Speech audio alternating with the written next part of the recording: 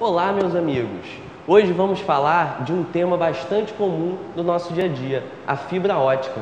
Será que é tão comum assim? Repara, você na sua casa consegue hoje em dia acessar internet banda larga a uma velocidade altíssima, a taxas altíssimas. Como será que isso é possível? Isso é possível porque ao longo do tempo os sistemas de telecomunicações vêm aumentando cada vez mais a sua capacidade.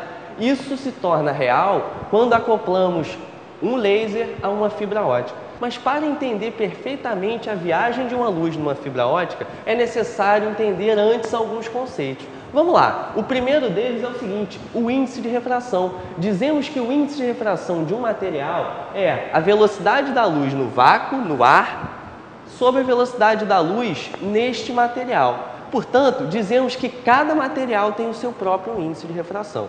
Repare uma situação que está colocada aqui no quadro. Eu tenho um meio 1, que eu digo que é mais refringente do que um meio 2. Ser mais refringente significa ter índice de refração maior. Portanto, temos a luz passando do meio 1 para o meio 2. Temos a luz passando do meio mais refringente para o meio menos refringente. Toda vez que isso ocorre, dizemos que a velocidade aumenta e o raio de luz se afasta da normal. Repara, tem um primeiro raio que tem ângulo de incidência θ1. Primeiro ângulo de incidência. Repara que esse raio, ao passar para o outro meio, ao sofrer o que a gente chama de refração, esse raio se afasta da normal.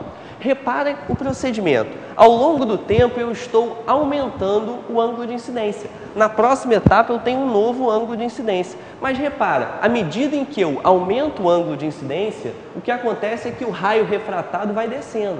Vai baixando, ele vai descendo até que em um determinado momento, para um determinado ângulo de incidência, eu tenho um raio refratado que passa paralelo à superfície que separa os dois meios. Exatamente nesse momento, exatamente no momento em que o raio refratado sai paralelo à superfície de separação, dizemos que esse ângulo de incidência é o tal ângulo limite.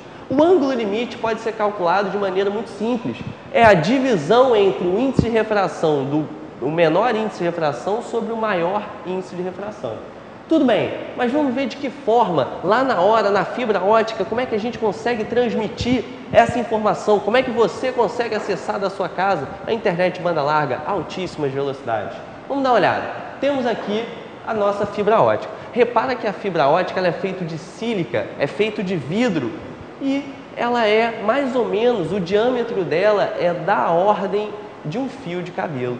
Repara, temos que acoplar então o raio laser, acoplar a luz à fibra ótica. Mas isso tudo só dá certo, você só consegue na sua casa acessar a internet banda larga se a luz viajar confinada no núcleo da fibra ótica. Por isso, essa fibra ótica então é fabricada com o núcleo, lembre-se, é a região onde a luz vai viajar, e a casca.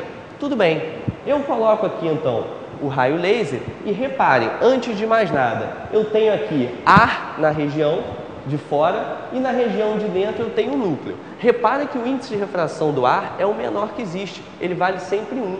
Tudo bem, então eu digo para você que a luz está indo do meio menos refringente para o meio mais.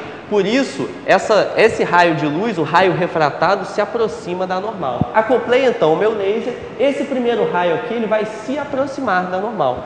Mas o momento mais importante não é esse. O momento mais importante é o da primeira reflexão, exatamente aqui nesse ponto. Só dá certo tudo isso que a gente está falando se o raio de luz se mantiver confinado no núcleo da fibra ótica. Só assim a informação chega do outro lado, chega ao seu destino. Portanto, eu tenho que garantir que exatamente aqui o raio sofra a famosa reflexão total. Temos então duas condições para garantir a reflexão total aqui nesse ponto. A primeira delas, e eu diria fundamental, que só acontece quando o raio de luz passa do meio mais refringente para o meio menos refringente.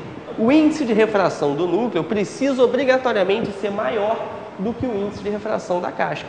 Mas não basta só isso. Temos a nossa segunda condição. Obrigatoriamente, o ângulo de incidência exatamente nesse ponto precisa ser maior do que o ângulo limite. Se o ângulo de incidência for igual ao ângulo limite, o raio sai paralelo à superfície de separação. Não dá certo, imagina, o raio saindo paralelo entre a casca e o núcleo, não tem sentido, porque a informação só chega se a luz estiver confinada no núcleo. Portanto, eu tenho que garantir que esse ângulo de incidência aqui seja maior do que o ângulo limite.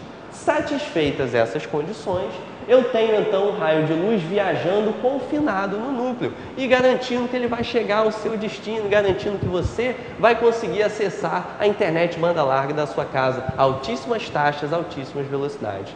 Meus amigos, essa foi a nossa dica de hoje. Um grande abraço, tudo de bom para vocês.